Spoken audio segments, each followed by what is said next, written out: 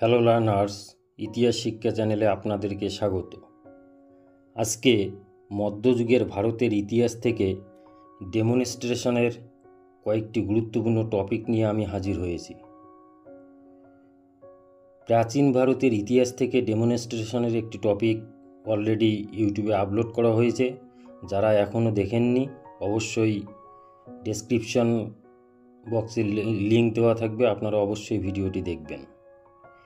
এরপর আমি আধুনিক ভারতের ইতিহাস ও আধুনিক ইউরোপ থেকে ডেমনস্ট্রেশনের গুরুত্বপূর্ণ টপিক নিয়ে আসার চেষ্টা করব। তো আজকে মধ্যযুগের ভারতের ইতিহাস থেকে আমি 19টি টপিক নিয়ে হাজির হয়েছি। তো প্রথম যে টপিকটি সেটা খুবই গুরুত্বপূর্ণ, তা হচ্ছে ইক্তা ব্যবস্থা। আপনারা চাইলে এই টপিকের উপর ডেমনস্ট্রেশন করতে পারেন। এরপরে দ্বিতীয় যে টপিকটি হচ্ছে তা হলো আলাউদ্দিন খলজির সাম্রাজ্য বিস্তার। এখানে বলে রাখি যে আমি শুধু টপিকগুলো সম্বন্ধে একটু আলোকপাত করে যাচ্ছি, কারণ এখানে বিস্তারিত আলোচনা করা সম্ভব নয়। তৃতীয় যে টপিকটি রয়েছে তা হলো বাজার দর নিয়ন্ত্রণ ব্যবস্থা। খুবই একটি গুরুত্বপূর্ণ টপিক, আলাউদ্দিন খলজির বাজার দর নিয়ন্ত্রণ ব্যবস্থা। পরবর্তী যে টপিকটি হলো ফিরোজ শাহ তুগলকের শাসন সংস্কার। সেই ফিরোজ শাহ তুগলককে সুলতানি যুগের আকবরও বলা হয়। ওনার যে শাসন সংস্কার সে বিষয়ে টপিক বানাই যেতে পারে। পরবর্তী যে টপিকটি সুলতানি সাম্রাজ্যের পতনের কারণসমূহ। এটাও একটি গুরুত্বপূর্ণ টপিক। এখানে বলে রাখি যে আমি WBSLST সিলেবাস ধরে এই টপিকগুলো নিয়ে এসেছি। আপনারা চাইলে এখান থেকে টপিক সিলেক্ট করতে পারেন অথবা নিজের ইচ্ছা মতো কোনো একটি গুরুত্বপূর্ণ টপিক সিলেক্ট করতে পারেন ইন্টারভিউয়ের জন্য। পরবর্তী যে টপিকটি হলো তা হলো বিজয়নগর সাম্রাজ্যের শাসন ব্যবস্থা। এখানে আপনারা বিজয়নগর সাম্রাজ্যের সর্বশ্রেষ্ঠ শাসক কৃষ্ণদেব রায় সম্পর্কে টপিক বানাতে পারেন। কৃষ্ণদেব রায়ের শাসন সংস্কার সে বিষয়ে টপিক হতে পারে।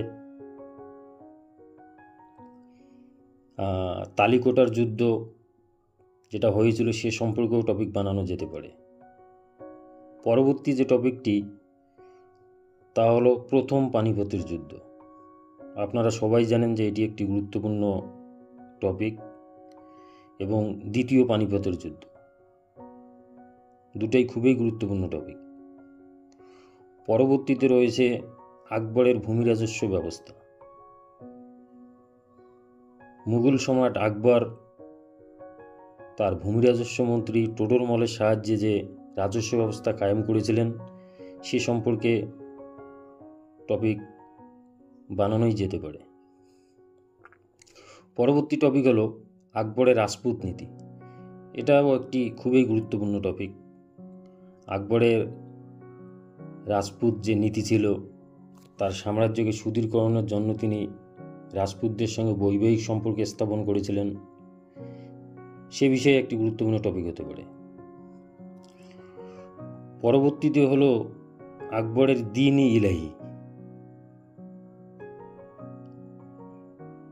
এরপরে রয়েছে শের শাহের শাসন সংস্কার। এটা একটি খুবই গুরুত্বপূর্ণ টপিক।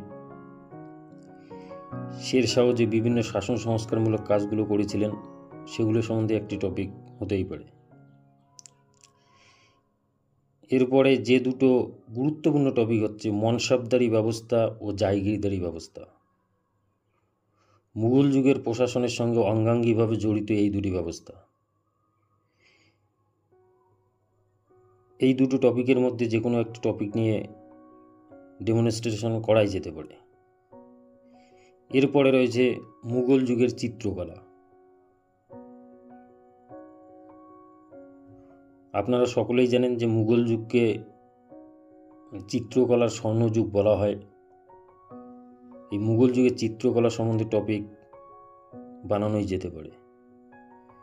পরবর্তীতে যে টপিকটি রয়েছে তা হলো ঔরঙ্গজেবের দাক্ষিণাত্য নীতি। এটাও একটি খুবই গুরুত্বপূর্ণ টপিক, কারণ এই ঔরঙ্গজেবের দাক্ষিণাত্য নীতিই তার পতনের অন্যতম কারণ এবং অনেক ঐতিহাসিক বলে থাকেন মুঘল সাম্রাজ্যের পতনের অন্যতম কারণ। পরবর্তী টপিক হচ্ছে মুঘল সাম্রাজ্যের পতনের কারণসমূহ। এটাও একটি গুরুত্বপূর্ণ টপিক। এর পরবর্তীতে রয়েছে শিবাজির অষ্টপ্রধান। এখানে বলে রাখি যে শিবাজি বা মারাঠা মুঘল সম্পর্কেও টপিক বানানো যেতে পারে। এবং সর্বশেষ যে টপিকটি আমি রেখেছি তা হলো তৃতীয় পানিপথের যুদ্ধ।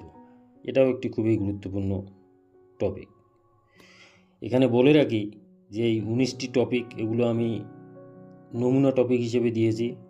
এছাড়াও অনেক টপিক বানানো যায় মধ্যযুগের ভারতের ইতিহাস থেকে। আপনারা চাইলে এখান থেকে যে কোনো একটি টপিক সিলেক্ট করতে পারেন, অথবা নিজের ইচ্ছা অনুযায়ী যে কোনো জায়গা থেকে একটা টপিক সিলেক্ট করবেন। কিন্তু মনে রাখবেন, ডেমনস্ট্রেশনের সময় আপনাকে কিন্তু খুব বেশি সময় দিবে না। টপিকটি মোটামুটি 4 থেকে 5 মিনিটের মধ্যে যেন বলতে পারেন, সেই হিসেবে গুরুত্বপূর্ণ পয়েন্টগুলি আপনাকে তুলে ধরতে হবে। ভিডিওটি ভালো লাগলে অবশ্যই শেয়ার করবেন এবং লাইক করবেন। চ্যানেলে নতুন হয়ে থাকলে অবশ্যই চ্যানেলটিকে সাবস্ক্রাইব করবেন। ধন্যবাদ।